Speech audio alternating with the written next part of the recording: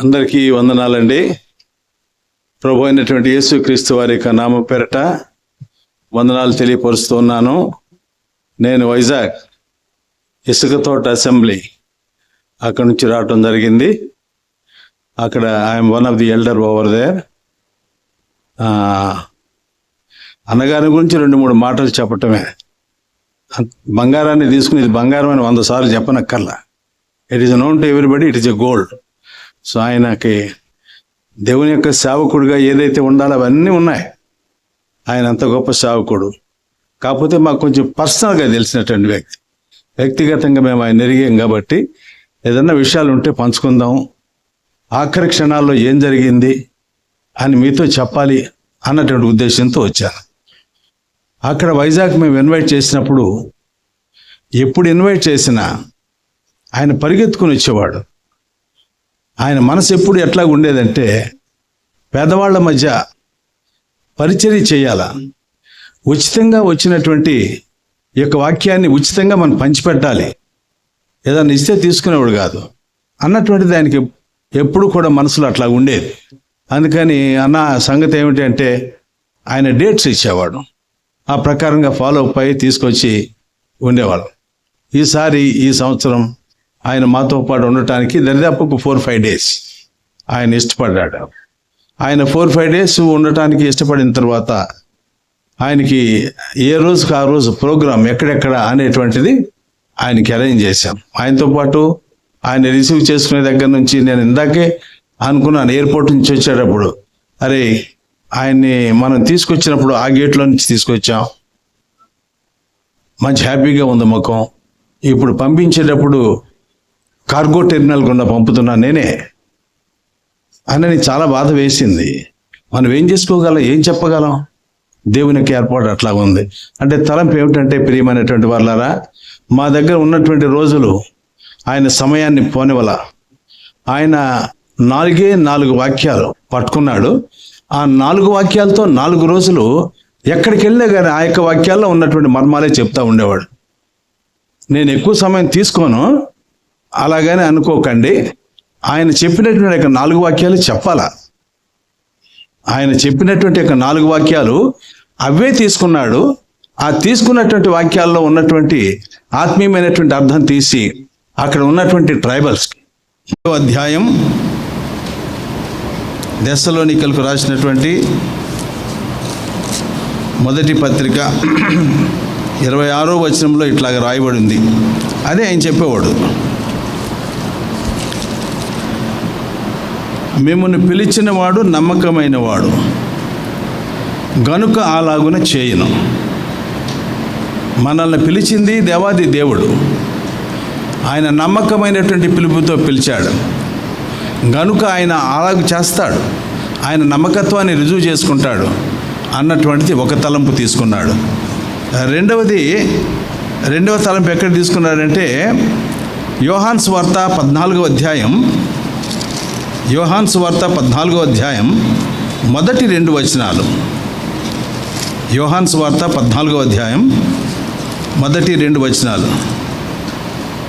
మీ హృదయములు, ఎందుకని ఆయనకి ఆయన నోటెమ్మటి ఈ మాటలు వస్తున్నాయో అర్థం కాల. మీ హృదయములను కలవరపడనీయకుడి, దేవుని యందు విశ్వాసం ఉంచుతున్నారు, నా యందు కూడా విశ్వాసం మీరు ఉంచండి. నా తండ్రి ఇంట అనేక నివాసములు కలవు, మిమ్మల్ని పిలిచిన వాడు నమ్మకస్తుడు అని చెప్పటానికి దీన్ని లింక్ చేశాడు. ఏమంటాడు ఇక్కడ? నా తండ్రి ఇంట అనేక నివాసములు కలవు, లేని ఎడల మీతో చెప్పుదును, మీకు స్థలం సిద్ధపరిచిన ఎడల నేనుండు స్థలంలో మీరును ఉండులాగున మరలా వచ్చి నా వద్ద ఉండుటకు మిమ్మను తీసుకొని పోవదును. ఎటువంటి బంగారం, బరువైనటువంటి మాటలండి. 3వ తలంపు ఏం తీసుకున్నాడంటే, 1 యోహాను 3వ అధ్యాయం 2వ వచనం చదువుతాను చూడండి. 1 John 3rd chapter 2nd verse. ప్రియులారా, ఇప్పుడు మనము దేవుని పిల్లలమై ఉన్నాము, మనం ఇక ఏమవుదుమో అది ఇంకా ప్రత్యక్షపరచబడలేదు, కానీ ఆయన ప్రత్యక్షమైనప్పుడు ఆయన ఉన్నట్లుగానే కనుక ఆయనను పోలియుందుము.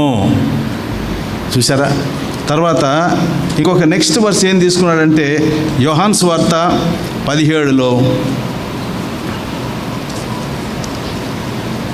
4వ వచనం, Johne's gospel 17th chapter 4th verse. చేయుటకు నీవు నాకు ఇచ్చినటువంటి పని నేను సంపూర్ణముగా నెరవేర్చి భూమి మీద నిన్ను మహిమపరిచితిని. యేసుప్రభు చెప్పే మాటలు. ఆయన యొక్క ఈ 4 వాక్యాలు తీసుకుని మిమ్మల్ని పిలిచిన వాడు నమ్మకమైన వాడు, ఆయన అట్లాగే చేస్తాడు, నమ్మకత్వాన్ని రుజువు చేసుకుంటాడు. రెండవది, కలవరపడనయ్యకూడి నేను వెళ్ళి మీ కొరకు స్థలం సిద్ధపరిచి వస్తాను, నేను వెళ్ళి మీకు స్థలం సిద్ధపరిచి వచ్చి నేను ఉండేటువంటి చోట్లో మీరు కూడా ఉండులాగన మీ కొరకు తిరిగి నేను వస్తాను. రెండవ మాట. మూడవ మాట, నన్ను పోలి ఇందురు. ఆయనను పోలిన వారముగా ఆయన చూసినప్పుడు. ఇవన్నీ చెప్తూ ఉంటుంటే అక్కడ ఉన్నటువంటి వాళ్ళు, చదువులేని వాళ్ళు ఒక్క శబ్దం చేయలే, నిశ్శబ్దంగా విన్నారు. నిశ్శబ్దంగా అంటే శబ్దం లేకుండా అని అర్థం. అక్కడ అలా కూర్చుని అంత ర్యాప్ట్ సైలెంట్ వాళ్ళందరూ విన్నారు. వాళ్ళందరి యొక్క మనసుల్లో ఆ మాటలు నాటపడ్డాయి. దేవుడు ఆయనకు ఆ గిఫ్ట్ ఇచ్చాడు, ఆ హృదయంలో అట్లాగా నాటపడ్డాయి. కాబట్టి ఈ విధమైనటువంటి తలంపులతో అక్కడ ఉన్నటువంటి సమాజాన్ని దరిదాపు 5 రోజులు ఆయన ఎలాగంటే కదిపేసి వచ్చాడు, వెళ్ళిపోయాడు. ఆయన కదిపేశాడు. కాబట్టి ఆయన వెళ్ళిపోయినటువంటి రోజున అక్కడ ఉన్నటువంటి స్త్రీలందరూ కూడా ఇక ఎలా ఏడ్చారంటే అలా ఏడ్చారు. ఆడవటం తప్ప రైట్ అన్న తీసి పక్కన పెట్టండి, లేడే అన్నట్టు అలా ఏడ్చారు. ఆడవటం తప్ప రైట్ అన్న తీసి పక్కన పెట్టండి. ఎవరికైనా ఉంటుంది భోజనం చేసిన తర్వాత ఇలాగ జరిగింది అంటే. కాబట్టి ఆయన లేడే అన్నటువంటిది చూసి అంత బాగా ఆ విధమైనటువంటి దుఃఖం ఆ విధంగా జరిగింది. ఆ విధమైనటువంటి ఈ తలంపులు మా అందరికీ బోధించిన తర్వాత ఆయన ఒకటి అన్నాడు. యేసు ప్రభు అలాగే చేశాడు, తండ్రిని మహింపరిచాడు. మరి మన సంగతి ఏమిటి? మనం ఒకటి చెప్పుతాం, మరి ఒకటి చేస్తూ ఉంటాం. ఏమిటి దానివల్ల మీరు పొందేది ఏమిటి? దానివల్ల మనం ఒకటి ఎందుకు చెప్పాలా? ఆ చెప్పిన దాని ప్రకారం నడవలేనటువంటి వాడు దాన్ని ఎందుకు చెప్పాలా? మరి చెప్పినటువంటి వాడి దాని ప్రకారం నడవకపోవడానికి కారణం ఏమిటి? ఏదంటే వస్తుంది? నువ్వు రక్షించబడ్డ విధానంలో తప్ప, లేదంటే అక్కడ ఉన్నటువంటి నడిపించే వాళ్ళలో తప్పెక్కడిది? అది దేవుని దగ్గర లేదే, ఎందుకు ఈ విధంగా జరుగుతూ ఉంటుంది అని మాకు క్వశ్చన్స్ చేసేవాడు. ఆ విధమైనటువంటి అంటే ఇంకొక మాట కూడా ఎక్కువగా వాడుతూ ఉండేవాడు. మేమందరం ఏంటంటే ఆయన పొయ్యి వెలుగుతూ ఉంటున్నప్పుడు అది కట్టెలన్నీ కాలిపోతే వాటిని ఎగదోస్తారు కదా, మళ్ళీ నిప్పులు రావటానికి ఎగదోయటానికి వస్తాం మేము. అంటే ఒకవేళ మీలో ఉన్నటువంటి మంట ఆరిపోతా కానీ ఉంటే ఆరిపోయేటువంటి మంటని తిరిగి మండబెడటానికి మేము వచ్చాం సేవకులుగా. అది మా పని. 86 సంవత్సరాల్లో ఆయన మాట్లాడుతున్నటువంటి మాటలు, కూర్చోమంటే కూర్చోడు, నిలబడే ఉంటాడు, నిలబడే చెప్తానంటాడు. అంటే ఆ విధమైనటువంటి పరిచర్య మా మధ్యలో చేయటం జరిగింది. అక్కడ ఉన్నటువంటి సమాజం అంతా కూడా ఎంతో మేలు పొందింది. మరి ఆయన పొందినటువంటి మేలుల్ని అంటాడు కదా, యెహోవాను నా ప్రాణమా యెహోవాను సన్నిధించుము, నా అంతరంగం సమస్తమైన పరిశుద్ధనామాన్ని సన్నిధించు. ఆయన చేసినటువంటి ఉపకారంలో దేనిని మరవకండి. ఎట్లా మర్చిపోతాం? మనం తిన్నటువంటి ఉప్పును మర్చిపోతామా? చిన్న ఉప్పు అయినా సరే. కాబట్టి ఆయన చెప్పినటువంటి మాటల్ని మర్చిపోలేము. అది మా వైజాగ్ ఇసుక తోట, మా బ్రాంచెస్లో ఉన్నటువంటి అందరి మనసులో కూడా అట్లా ఒక స్ట్రాంగ్ ముద్ర అంటారు కదా, అందరూ ఒక తీర్మానం ఈ విషయాలు గొప్పగా చెప్పకపోతే నాకు ఎవరు ఏమి ఇచ్చేది లేదు, నాకు కావాల్సింది కూడా ఏమీ లేదు, ఆయన వినటం లేదు, పైన దేవుడు వింటున్నాడు, నా మనసాకి చెప్తూ ఉంటాను. కాబట్టి వైజాగ్లో ఇసుక తోట ట్రైబల్ ఏరియాలో ఉన్నటువంటి చాలా ఇన్కన్వీనియంట్గా వచ్చాడు అక్కడికి రావడం కూడాను. ఉన్నటువంటి వాళ్ళందరూ మనసుల్లో ఒక స్టాంపు వేసినట్టు జరిగింది. అది అంటాడు ఆయన. అరే, వాక్యం మనం చదువుకుంటున్నప్పుడు దాన్ని మనసుతో చదువుకుని ఆ యొక్క వాక్యాన్ని మనం ధ్యానం చేసి మన యొక్క లైఫ్లో అన్వయించుకుంటానికి ప్రయత్నం చేయాలి. Don't use it for your what you call improve your language. ఎలాగంటే నాలెడ్జ్ ఇంప్రూవ్ చేయడానికి చేయకూడదు. చాలామంది పెద్ద వాళ్ళు ఉంటారు, అట్లా మనం చేయకూడదు. ఒక విశ్వాసిగా, ఒక పిలువబడినటువంటి వాడిగా, దేవునికి ఇంట్లో సేవ చేసేటువంటి వాడిగా ఈ విధమైనటువంటి కట్టుబాట్ల మధ్యలో, ఆత్మీయమైనటువంటి మరి నిర్ణయాల మధ్యలో మనం ప్రవర్తించే వాళ్ళంగా ఉండాలి అని చెప్పాడు. ఈ మాటలన్నీ కూడా ఇంకా ఎన్నో ఉన్నాయి. అవన్నీ కూడా అందరికీ తెలిసిన మాటలే. మాతో మాట్లాడిన మాటలు ఇది. ఇంకోటి ప్రాముఖ్యమైనటువంటి మాట మన ఆదివారం నాడే మాట్లాడాడు. ఎంతోమంది దేవుని యొక్క సేవకుల పేర్లు చెప్పాడు. అటు భగత్ సింగ్ గారు దేవుని దగ్గరికి వెళ్ళిపోయాడు. ఈ మాటలు చెప్తూనే వీటినే కదిపిస్తూ ఆయన ఏం చెప్పారంటే, భగత్ సింగ్ గారు వెళ్ళిపోయారు, ఫిలిప్ గారు వెళ్ళిపోయారు, సిడి బెంజమిన్ గారు వెళ్ళిపోయారు, ఇంకా మరి ఈ విధంగా అమృతరాజు గారు వెళ్ళిపోయారు, చాలామంది వెళ్ళిపోయారు. దైవ సేవకులు అనుకున్నటువంటి వాళ్ళు వెళ్ళిపోయారు. అప్పుడప్పుడు నేను అడుగుతూ ఉండేవాడిని, అన్న పెద్దవాళ్ళకేను పాత రోజుల్లో జరిగిన సేవకేను ఈ రోజుల్లో ఉన్నటువంటి పరిస్థితులకి మధ్యలో నువ్వే కదా లింక్ ఉన్నావు, ఇట్లాగే మాట్లాడేవాడిని అంత ఆప్యాయంగా. నువ్వే కదా ఉన్నావు, 4 కాలాల పాటు ఉంటే ఆయన చేతిలో లేదు, మన చేతిలో లేదు, ఎవరి చేతిలోనూ లేదు. అలాగనే ఆశపడుతున్నప్పుడు ఇట్లా చెప్తావేంటి అన్నట్టుగా ఊరికే అలా చెప్తూ ఉండేవాడు. ఆ విధంగా అందరూ వెళ్ళిపోయారు. ఆఖరికి ఈ పండినటువంటి దైవ సేవకులు అనుకున్నటువంటి వాళ్ళు వెళ్ళిపోయారు. అప్పుడప్పుడు నేను అడుగుతూ ఉండేవాడిని, అన్న పెద్దవాళ్ళకేను పాత రోజుల్లో జరిగిన సేవకేను ఈ రోజుల్లో ఉన్నటువంటి పరిస్థితులకి మధ్యలో నువ్వే కదా లింక్ ఉన్నావు, ఇట్లాగే మాట్లాడేవాడిని అంత ఆప్యాయంగా. నువ్వే కదా ఉన్నావు, 4 కాలాల పాటు ఉంటే ఆయన చేతిలో లేదు, మన చేతిలో లేదు, ఎవరి చేతిలోనూ లేదు. అలాగనే ఆశపడుతున్నప్పుడు ఇట్లా చెప్తావేంటి అన్నట్టుగా ఊరికే అలా చెప్తూ ఉండేవాడు. ఆ విధంగా అందరూ వెళ్ళిపోయారు. ఆఖరికి ఈ పండినటువంటి కాయ రాలక మానదు, పండినటువంటి ఆకు రాలక మానదు.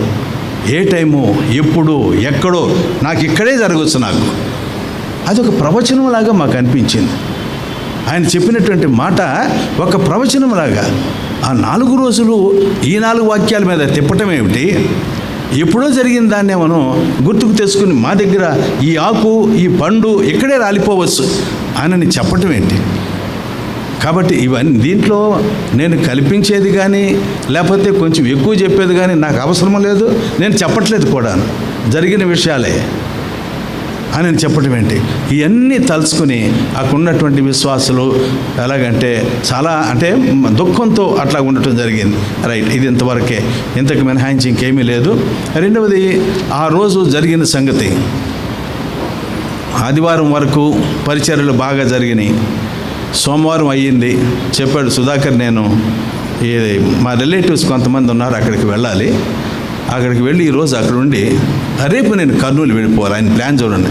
మన ఆలోచనలు ఒకలాగా ఉంటే ఆయన ఆలోచనలు వేరేలాగా ఉన్నాయి. పైన ఆయన ఆలోచనలు నేను అంటే ఆదివారం నాడు అయిపోయింది, సోమవారం నాడు మా రిలేటివ్స్ దగ్గరికి వెళ్ళి ఆ పిల్లల మధ్య కూర్చుని కొంచెం ప్రార్థన చేసి ఆ రోజు నైట్, సోమవారం నైట్ వస్తాను. మంగళవారం అరౌండ్ 1 o'clock ఫ్లైట్ ఉంది కర్నూలుకి నేను వెళ్ళాలి అన్నాడు. సరే, మీరు ఎట్లాగైతే చేయాలనుకుంటారు అట్లా చేయండి, transport arrangements leave it to us అని చెప్పాం. అయిపోయింది. ఆదివారం నాడు సోమవారం నాడు వచ్చాడు. ఇదంతా అయిపోయాక కానీ కొంచెం అరే కాళ్ళు నొప్పులుగా ఉన్నాయి నాయన అంటూ ఉంటాడు. తర్వాత అప్పుడు ఇంకో కుర్రోని పిలిచి ఆయన కాళ్ళకి ఏదన్నా కొంచెం రాయి చేయండి అని. అంటే పెద్దవాడు, తండ్రితో సమానం, నాకు మిగతా వాళ్ళందరికీ తాతతో సమానం. వాళ్ళకి చేయకపోతే ఎవరికి చేస్తాం? పైకి అంటే ఆ విధమైనటువంటి వాతావరణంలో అట్లాగా సోమవారం నాడు ఈవినింగ్ అట్లా జరిగింది. నేను మా ఇంటికి వెళ్ళిపోయాను. మా ఇల్లు జస్ట్ 1.5 kilometers ఇవే. ఇంటికి వెళ్ళిపోయిన తర్వాత అప్పుడు ఆ రోజు నైటు నాకు నిద్ర పట్ల, ఏదో సమ్ కైండ్ ఆఫ్ డిస్టర్బెన్స్. ఆయనకి నిద్ర పట్టలేదట. ఎర్లీ మార్నింగు నాకు కబురు చేశాడు. నాకు కబురు చేస్తే అక్కడ మా ఒక సేవకుని, దైవ సేవకుని అక్కడ పెట్టాను. నాకు 5 గంటలకి ఫోన్ వచ్చింది, మీరు రండి, ఆ అంకుల్ గారికి రాత్రి జ్వరం వచ్చింది అన్నాడు. ఎప్పుడది? మండే నైట్ జ్వరం వచ్చింది అన్నారు. జ్వరం వచ్చింది. సరే, అప్పుడు వచ్చిన తర్వాత అన్నాడు, సుధాకర్ నాకు కొంచెం జ్వరంగా ఉంది, టేక్ కేర్ అన్నాడు. అంటే వెంటనే నేను డాక్టర్ని పిలిచాను. మా మందిరంలో 2 డాక్టర్స్ ఉన్నారు, మెడికల్ డాక్టర్స్, ఎండి వాళ్ళు 20 కూడా. వాళ్ళని పిలిచేటప్పటికి వచ్చారు. వచ్చిన తర్వాత చూశారు, అంకుల్ మీకు ఫీవరే ఉంది అన్నాడు. బ్లడ్ శాంపిల్స్ తీసుకున్నాడు. తీసుకున్న తర్వాత నేను ఇవన్నీ కూడా టెస్ట్ చేయించేసి, ఇదంతా మండే జరిగింది, చేయించేసి మండే కాదు ట్యూస్డే ఎర్లీ మార్నింగ్ చేసిన తర్వాత అవన్నీ తీసుకుని అతనేమో కేజీహెచ్ కింగ్ జార్జ్ హాస్పిటల్కి తీసుకుపోయి అక్కడ అన్నీ కూడా రిజల్ట్ అన్నీ తీసుకురావడానికి ఒక డాక్టర్ వెళ్ళాడు. అయిపోయిన తర్వాత మరి ఫీవర్గా ఉంది కదా అని చెప్పేసి ఏదో సమ్ మెడిసిన్ ఏదో వేసుకున్నారు. అయిపోయింది, ఫీవర్ తగ్గిపోయిన తర్వాత అప్పుడు అన్నాడు, ఒక కుర్రోని పెట్టాను ఆయనకి తలకి కొంచెం మర్దం చేయడానికి దానికి దీనికి చేయటానికి. అయిపోయినాక సుధాకర్ నాకు ప్రశాంతంగా ఉందయ్యా అన్నాడు. అయితే మీరు పోయి బ్రష్ చేసుకోండి, బ్రేక్ఫాస్ట్ చేద్దాం వచ్చి అన్నాను. అనేటప్పటికి వెళ్ళాడు, బ్రష్ చేసుకున్నాడు, వచ్చాడు. అప్పుడు మా అందరితో పాటు ఆ తర్వాత వచ్చాడు లూకు కదా, 1 o'clock వచ్చావు. అయితే అప్పుడు బ్రేక్ఫాస్ట్కి తీసుకెళ్ళాం. తీసుకెళ్తే బ్రేక్ఫాస్ట్ దగ్గర కూర్చుని ఎన్నో కబుర్లు చెప్తూ ఉంటాడు.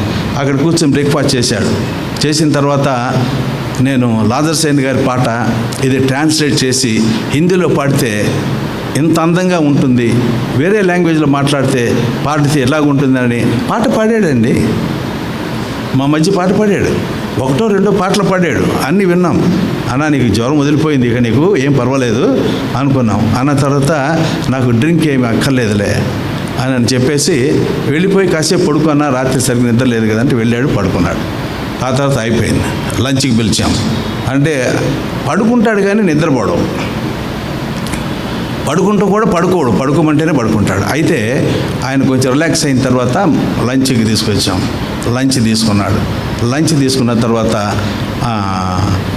మళ్ళీ వెళ్ళి కాసేపు పడుకోమంటే పడుకున్నాడు. అంటే అప్పటి వరకు మంగళవారం విషయాలు ఇవన్నీ కూడా నేను చెబుతున్నది. మంగళవారం ఆ టైం వరకు కూడా ఎక్కడ తేడా కనపడలా. ఎప్పటి వరకు ఆయన లంచ్ చేసేంతవరకు తేడా కనపడలా. తర్వాత అప్పుడు 1:40కి లంచ్ చేసిన తర్వాత 2:30కి ఆ ప్రాంతంలో వెళ్ళాడు, కాసేపు పడుకున్న తర్వాత నుండి ఆయన సమ్ ఇన్కన్వీనియన్స్ సంథింగ్ వెంట రాంగ్. అయితే అప్పుడు మాకు 3:30కి 4 గంటలకు మధ్యాహ్నం సాయంత్రం మాకు ఇట్లాగా అంటే అందరం మేము బయటే కూర్చున్నాం, ఆయన లోపల పడుకుంటున్నాళ్ళే అనుకున్నాం మనం. అయ్యేటప్పటికి ఆయన కొంచెం ఇన్కన్వీనియన్స్గా ఉంది అన్నట్టుగా అన్నాడు. 4 గంటల ప్రాంతంలో ఉంది అంటే సరే కదని డాక్టర్స్ ఇద్దరు అక్కడే ఉన్నారు. ఇద్దరిలో ఒక అతను కేజీహెచ్కి వెళ్ళాడు, ఇంకొక అతను అక్కడే ఉన్నాడు. వెరిఫై చేసి అంతా చేసిన తర్వాత అప్పుడు మేము హాస్పిటల్కి తీసుకెళ్ళిపోతాం అన్న, ఇక్కడ ఉంది కదా అని చెప్పేసి హాస్పిటల్కి అరేంజ్మెంట్ చేసేటప్పటికి ఆ టైంలో ఆయన అన్నాడు, నేను పోయి వాష్ చేసుకొస్తాను, వాష్రూమ్కి పోయి అన్నాడు. వెళ్ళి అంతే. అక్కడ ఏం జరిగింది ఏముంది, అక్కడికి దేవుడు టైం పెట్టాడు, కట్ పాయింట్, అక్కడితో ఆయన వెళ్ళిపోయే ఉంటాడు అన్నటువంటిది. అప్పుడు వెంటనే మనం ఆయన తీసుకొచ్చి డ్రెస్ చేంజ్ చేసి హాస్పిటల్కి తీసుకెళ్ళి అవన్నీ చేసిన తర్వాత అంబులెన్స్ రప్పించేసాం. అంబులెన్స్ స్టాండ్ బై పెట్టాం. అక్కడ 2 డాక్టర్లు స్టాండ్ బై, ఆయనకి పరిచయం చేయడానికి ఒక 2-3 కుర్రాళ్ళని స్టాండ్ బై. ఆ విధంగా అది కాకుండా కొంతమంది మా ఎల్డర్స్ అందరం కూడా అక్కడే కూర్చుని ప్రార్థన చేయటం అవన్నీ చేయటం జరిగింది. అప్పుడు హాస్పిటల్కి తీసుకెళ్ళేటప్పటికి 6 o'clock in the evening Tuesday. అప్పుడు వాళ్ళు అన్నీ చేయాల్సినవన్నీ చేశారు. వాళ్ళ ప్రయత్నాలన్నీ వాళ్ళు చేసిన తర్వాత I think is already gone అన్నారు. సరే ఏం చేయాలి, దుఃఖాన్ని మింగుకొని అప్పుడు మందిరాన్ని తీసుకొచ్చి మందిరంలోనే మిగిలిన కార్యక్రమాలన్నీ చేసి ఈ అరేంజ్మెంట్స్ అన్నీ కూడా చేసుకుని అక్కడ ఉన్నటువంటి సమాజం అంతా వచ్చి కూర్చున్న త్రూ అవుట్ నైట్ పాటలు సాక్ష్యాలు ఈ విధమైనటువంటి విధంగా. అంటే మా కళ్ళ ముందు అట్లాగా చేతిలో ఉన్నది జారిపోద్ది అంటారే, అలాగ అయ్యేటప్పటికీ మాకు చాలా బాధగా ఉంది. కానీ we will have to accept the will of God. దేవుని యొక్క చిత్తానికి మనం అది ఎలాగా ఇది ఎలాగా అని అనడానికి వీల్లేదు కదా, టైం అంతే. ఆ విధంగా చెప్పాడు. అన్న మరి కర్నూలు వెళ్ళాలి, దాని సంగతి ఏంటన్నా. ఆ రోజునే మంగళవారం అది కర్నూలు ప్రోగ్రామ్ క్యాన్సిల్ చేసుకున్నానులే, నేను ఇక్కడి నుంచి తిన్నగా ఢిల్లీ వెళ్ళిపోతాను అన్నాడు. అనేటప్పటికీ థింగ్స్ సో డ్రాస్టికల్లీ చేంజ్. వాళ్ళంటే ఏంటన్నారంటే probably pacemaker whatever he was using went wrong. అంటే అవన్నీ అనుకుంటామే, whatever it maybe it is God's time. ఆ విధంగా మా దగ్గర విస్తృతమైనటువంటి పరిచర్య చేసి అనేక మందిని ప్రోత్సాహపరిచి ఆయన దగ్గరికి ఎలాగంటే కుర్రాళ్ళు వెళ్ళేవాళ్ళు, ఈ వయస్కుల కంటే చిన్నవాళ్ళే వెళ్ళి వాళ్ళు ఆయన దగ్గర కూర్చొని హార్మోనియం పట్టుకొని పాట, లేదంటే మరొకటి ఏదైనా మాట, ఏదైనా చిన్న అడ్వైస్ అది వరకు జీజాన్ గారు చెప్పేవాడు, బైబిల్ గ్రంథాన్ని చూసి సంపదల గని అనేవాడు. అట్లాగే ఈయన కూడా కొద్దిపాటి గని. ఆయన దగ్గర కూర్చుంటే ఏదో ఒకటి వచ్చిన వాడికి చెప్తూ ఉండేవాడు. ఆ విధమైనటువంటి సందర్భాలు ఎన్నో ఉన్నాయి. అక్కడ ఉన్నటువంటి ప్రజలందరూ కూడా ఆత్మీయంగా చాలా వాళ్ళని వాళ్ళు కట్టుకోవటానికి ఈయన ఉన్నటువంటి 4-5 దినాలు పరిచర్య ఉపయోగపడింది. Every year we use to call and ఆయన వస్తూ ఉండేవాడు. మా మధ్యలో సంతోషంగా పరిచర్య చేసేవాడు. చేసి అందరినీ ప్రోత్సాహపరిచి ఆయన తిరిగి వెళ్ళిపోతూ ఉండేవాడు. అప్పుడు మేము అనుకున్నాం, అంత అందంగా పాటలు పాడే గొంతుకు అంత గంభీరంగా బోధ చేసేటువంటి గొంతుకు మోగపోయింది. దేవుడే తీసుకున్నప్పుడు మనం ఏం చేస్తాం? అది ఆయన ఇచ్చాడు, ఆయన తీసుకున్నాడు. ఆయనకే మహిమ కలుగును కాక. ఆ టైం అంతట్లో తమ్ముడు లూకా మాతోనే ఉన్నాడు. వెళ్ళాల అది ట్యూస్డే నైట్ అంతా మాతోనే కూర్చున్నాడు. వెన్స్డే కార్యక్రమాలు అయిపోయేంత వరకు మాతోనే ఉన్నాడు.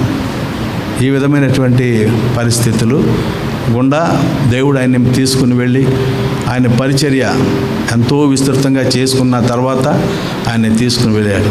అక్కడ ఉన్నటువంటి ఇంకోటి చెప్పాలా, అక్కడ ట్రైబల్స్ ఒకటి అడిగారు, అంకుల్ గారండి ఆయన ఇంగ్లీష్లో చెప్తాడు కదా, ఆయన ఇంగ్లీష్లో కాకుండా తెలుగులోనే చెప్పాలన్నాడు.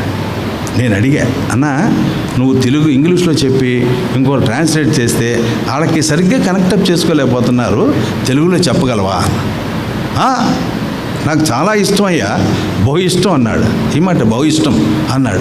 సరే అంటే తెలుగులో ఆగకుండా 1 hour 20 minutes విత్ ట్రైబల్స్ వాళ్ళకి అర్థమయ్యేలాగా అంత బాగా చెప్పి వాళ్ళని అంటాడు, రే బాబు వాళ్ళకి కుడి ఎడమలు సరిగ్గా తెలియదు, వాళ్ళకి చెప్పకపోతే ఎవరికి చెప్తాం అని చెప్పాడు. 1.5 hour తర్వాత మేమేం చేసామంటే ఆ కొండ భాష అంటారు కదా, మన అన్న రాసినటువంటి పాటలే కొన్ని కొండ భాష లోపలికి తర్జుమా చేసి బుక్స్ ప్రింట్ చేసి వాళ్ళకి ఇచ్చాం.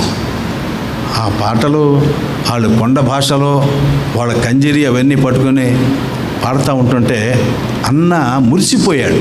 ఆ ఏజ్లో భలే పాడారయ్యా, మనకంటే బాగా పాడారు అని మురిసిపోయాడు. సో ఇవన్నీ కూడా సందర్భాలు. ఇంకో చోట ఏదన్నా పని మీద నేను వెళ్ళాలంటే, పరిచర్యకి వెళ్ళాలి ఆదివారం అంటే, నన్ను విడిచిపెట్టి ఎలాగ వెళ్తావు నువ్వు అన్నాడు. లేదులే ఇవాళ ఒక్కరోజు వెళ్ళాను. ఈ విధమైనటువంటి రీతిగా ఆయన మా మధ్యలో పరిచర్య చేసి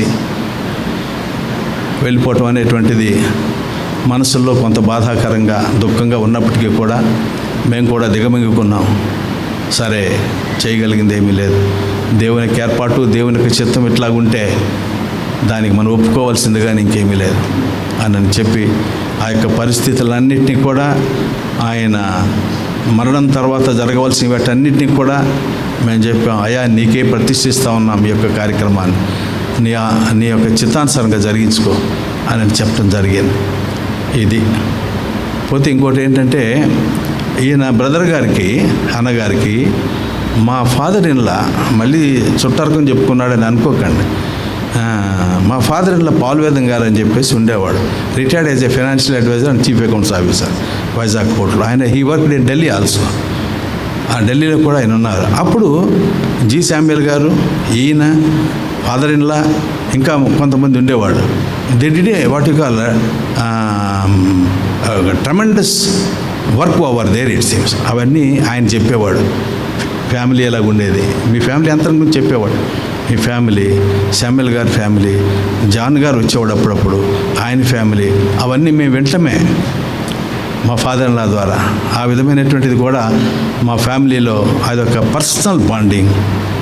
మా మిస్సెస్ ఇప్పటికి కూడా మర్చిపోలేకుండా, she was born and brought up in Delhi, ఇంకా మర్చిపోలేకుండా ఉంది. కాబట్టి ఇవన్నీ కూడా మనం దిగమింగూసుకొని ఆయన చెప్పినటువంటి మాటలు మన మనసులో పెట్టుకొని మన వ్యక్తిగత జీవితాలు కట్టుకొని వాక్యానుసారంగా ఇంకొక మాట గుర్తు చేశాడు. నిర్గమకాండం 40వ అధ్యాయం 16వ వచనంలో, యెహోవా ఎట్లాగైతే చెప్పాడో అలాగే మోషే చేశాను అన్న తర్వాత అతడు అలాగునే చేశాను, నో డీవియేషన్. అది ఎక్కువగా పట్టుకుంటూ ఉండేవాడు ఆయన.